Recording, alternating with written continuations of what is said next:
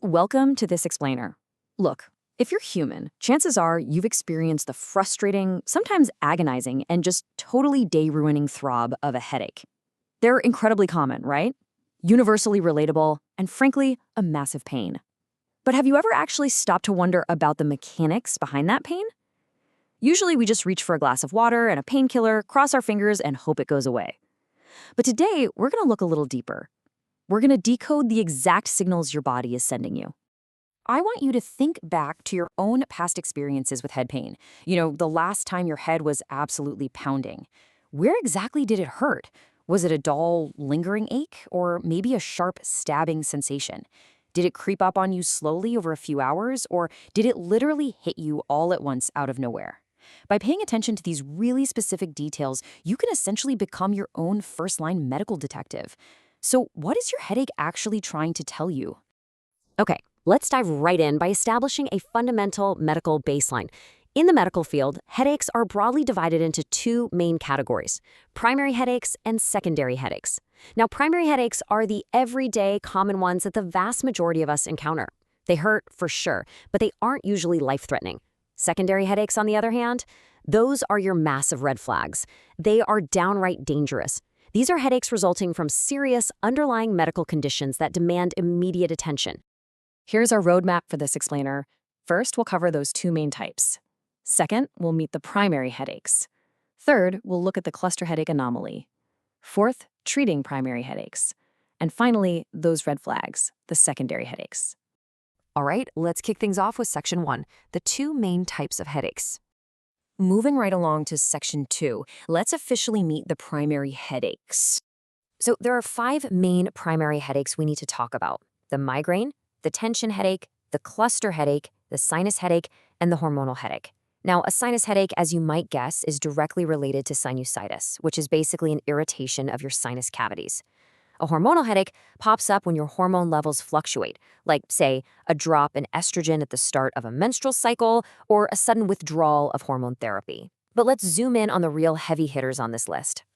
Let's talk about migraines. Did you know that 70% of migraines are unilateral? That means the pain is totally localized to just one side of the face, typically in the upper half. Migraines are disorders of recurrent attacks. They have this gradual onset with a crescendo pattern, meaning that moderate to severe pain just keeps building and building in intensity. And man, do they stick around, lasting anywhere from 4 to 72 hours. Plus, they bring along awful associated symptoms. We're talking nausea, vomiting, photophobia, which is a severe sensitivity to light, and sometimes even an aura. That's that strange, looming feeling that an intense headache is right around the corner. Now let's contrast that severe, pounding migraine with the tension headache. This one is literally the most ubiquitous headache out there. It's the #1 reason people run to the pharmacy for over-the-counter painkillers. Unlike a migraine, a tension headache is much more muscular. It presents bilaterally, typically feeling like a tight pressure or like a heavy band wrapping right around your forehead. The pain kind of waxes and wanes. How long it lasts is highly variable, and here's the key: it usually comes with 0 associated symptoms.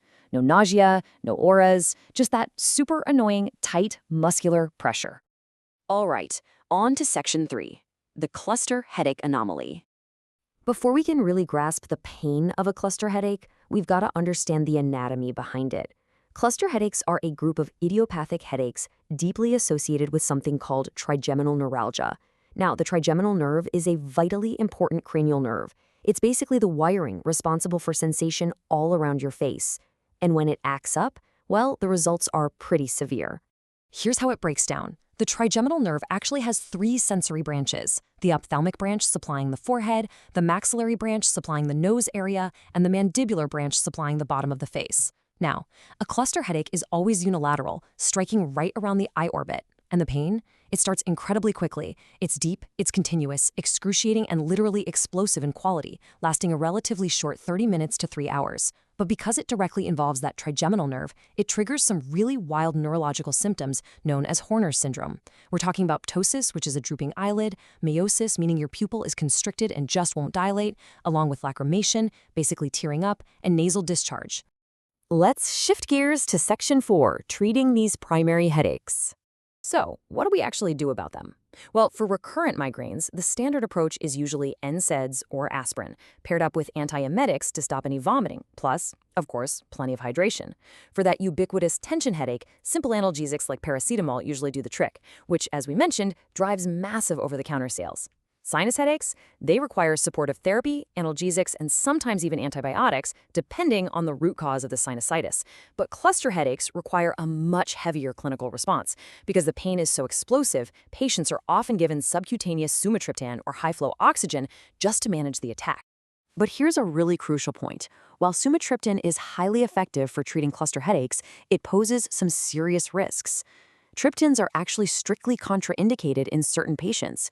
For example, if a patient has a history of coronary artery disease, peripheral vascular disease, or cerebrovascular disease, they absolutely cannot safely take triptans. So while these medical remedies are incredibly powerful, they always have to be tailored to the patient's specific underlying health. And that brings us to our final part, Section 5, the red flags, secondary headaches. Earlier, when we talked about primary headaches, we often noted this sort of gradual crescendo of pain. Well, secondary headaches can be terrifyingly different. Just look at this term, thunderclap. A thunderclap headache is a sudden, explosive onset of severe pain. It doesn't ramp up. It literally just hits you all at once, just like a clap of thunder. This is a massive warning sign of a major medical emergency, and it's highly indicative of something very serious, like a subarachnoid hemorrhage. To help the medical community, and to help you, identify if a headache is actually a serious secondary condition, doctors use this incredibly effective acronym, SNOOP. Let's break it down. S stands for systemic symptoms or illnesses, like having cancer alongside the headache. N is for neurological symptoms or any abnormal signs. O is for onset, specifically that sudden thunderclap onset we just talked about, or a brand new headache presenting in someone over the age of 40. The second O is for other associated conditions. And finally, P is for previous headache history, meaning if your normal headache pattern suddenly progresses or completely changes its character, that is a massive red flag.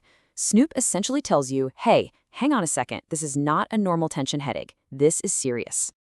So what exactly are we looking out for? Examples of secondary causes include severe intracranial hemorrhages, whether that's subdural, epidural, or subarachnoid. They can also signify giant cell arteritis, sometimes called temporal arteritis, which is a really dangerous inflammation of the temporal artery right on the side of your head. Or they could indicate an internal carotid dissection. These are vital, life-threatening conditions where time is absolutely of the essence.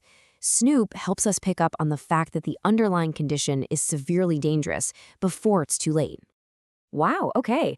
We've traveled all the way from the benign, everyday pressure of a basic tension headache through the excruciating anomaly of the cluster headache, right up to those critical SNOOP red flags.